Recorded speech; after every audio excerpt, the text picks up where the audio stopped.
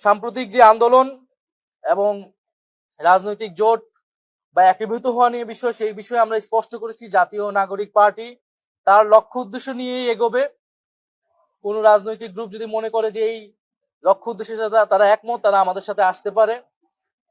এবং যেহেতু আমরা জামাত ইসলামের নেতৃত্বে যে আন্দোলনটা হচ্ছে যুগপৎ আন্দোলন, সেই আন্দোলনের সাথে জাতীয় নাগরিক পার্টি নাই, অংশগ্রহণ করছে না। কারণ নিম্নকক্ষে আমরা পিয়ার চাই না, নিম্নকক্ষের পিয়ারের বিরুদ্ধে আমরা অবস্থান নিয়েছি। আমরা শুধু উচ্চকক্ষে পিয়ার এবং একটা জবাবদিহিতার জন্য একটি কার্যকর উচ্চকক্ষ চাচ্ছি।